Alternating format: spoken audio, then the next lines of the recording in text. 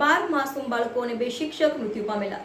તેના પરિવારજનો આજે ભેગા મળીને પોલીસ ભવન ખાતે પોલીસ કમિશનરને આવેદનપત્ર આપી રજૂઆત કરવામાં આવી।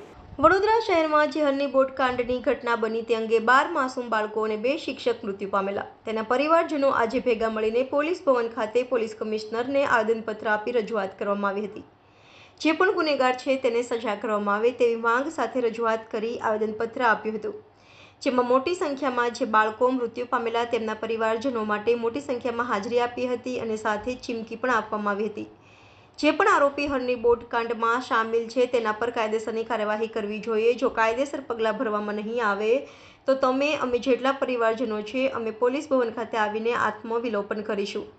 સાથે વિનોદ રાવ ફરિયાદ કરી તેની પર કાયદેસરની કાર્યવાહી કરવામાં આવે તેવી રજૂઆત વડોદરા શહેર પોલીસ કમિશનરને કરવામાં આવી હતી। આજનો તમે દિવસ જુઓ, તમે પરમ દિવસે બાળકો જે પ્રમાણે પરિજનો સાથે જે પ્રમાણે બળીને રાખ થયા છે, હાડકું મળશે તો DNA ટેસ્ટ થશે। વિચારો આ કેવી કરુણતા। એના 18 જાન્યુઆરીએ અહીં અમારા 12 બાળકોને 2 મહિલાઓને ડૂબાડીને માર્યા, હત્યા કરી, એમની બલી લીધી। અને જ્યારે અમે લોકોએ તપાસ કરી ઓન પેપર, આ અમારા બનાવેલા પુરાવા નથી, મેળવેલા પુરાવા છે। એ પુરાવાની અંદર આપણે તો બલાડીને દૂધ હચવવા આપ્યું। આ બલાડી અને જે તે સમયે તાત્કાલિન મ્યુનિસિપલ કમિશનર વિનોદ રાવ એ ફક્ત આવ્યા હતા પ્રોજેક્ટો પાસ કરવા માટે, ફક્ત।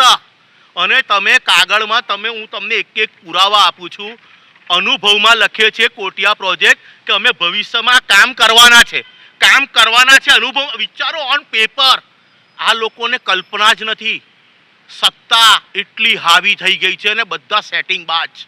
હવે એમને ખબર જ નથી હું વડોદરાનો વહીવટદાર છું, તત્કાલીન વહીવટદાર છું, અને એ માણસ માલિક તરીકે જે એગ્રીમેન્ટ કરે છે, માલિક તરીકેની કોઈ જવાબદારી મ્યુનિસિપલ કમિશનર તરીકે કોર્પોરેશનની નક્કી જ નથી કરતા। એટલે વિચારો કૌભાંડો આ લોકોના ઓન પેપર પકડાય છે, આ લોકો ઓન પેપર। અને જે અમે કમિશનર સાહેબને કહેવાયા છે કે તમે તો રક્ષક કહેવાઓ, તમે કોર્ટમાં પહોંચાડશો પછી કોર્ટ કામ કરશે। તમે પહેલા મગરોને પકડો। આ મગર બિંદાસ બહાર ફરે છે। તમારા એસઆઈટીની ટીમે તો કમ્પ્લીટ ફરજ પૂરી કરી છે, આ બધા તથ્ય બહાર પાડ્યા છે સાહેબ, પણ મગર તો બહાર ફરે છે। આ ગોપાલ શાહ એટલે આપણો ભૂતપૂર્વ ટાઉન પ્લાનર, એટલે સહી રજા ચિઠ્ઠી કરે ને, હવે એની રજા ચિઠ્ઠીઓ તપાસો। આ વ્યક્તિએ દિમાગ વાપરીને આવા પીપી ધોરણના કેટલા પ્રોજેક્ટો આ લોકોએ હજમ કરેલા છે, કરોડો અબજોના કૌભાંડ વિનોદ રાવને સાથે રાખીને કર્યા છે। એટલે હવે આ અમારા જે બાળકોની બલી રહેવાય છે, એટલે અમારા રક્ષક તો અત્યારે પોલીસ જ છે। જો કમિશનર સાહેબ જો ઈમાનદારીથી આ હત્યારાઓની તપાસ કરે ને તો 100% કોર્ટ એમને સજા આપશે। કારણ કે હાઈકોર્ટને ખબર પડી પુરાવા જોઈને કે આ મેન મગર કઈ છે આવ્યો, આ દસ્તાવેજ બનાવનાર મગર કઈ છે, ત્યાં સુધી તો આ લોકો રિપોર્ટ નથી હાલતા। અને પાછો તપાસ કોણ કરે છે? ચોરોની તપાસ ચોર કરે છે।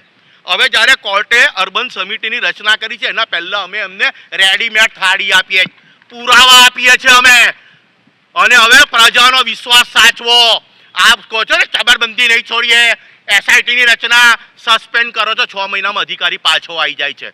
તમે હવે આ લોકોને લોકઅપમાં ગાલો। હજુ કેટલી બલી રહેશો તમે? પીવા માટે શુદ્ધ પાણી નથી હાલતા, છોકરા ડૂબાડીને માર્યા, મારી બહેનોને ડૂબાડીને મારી।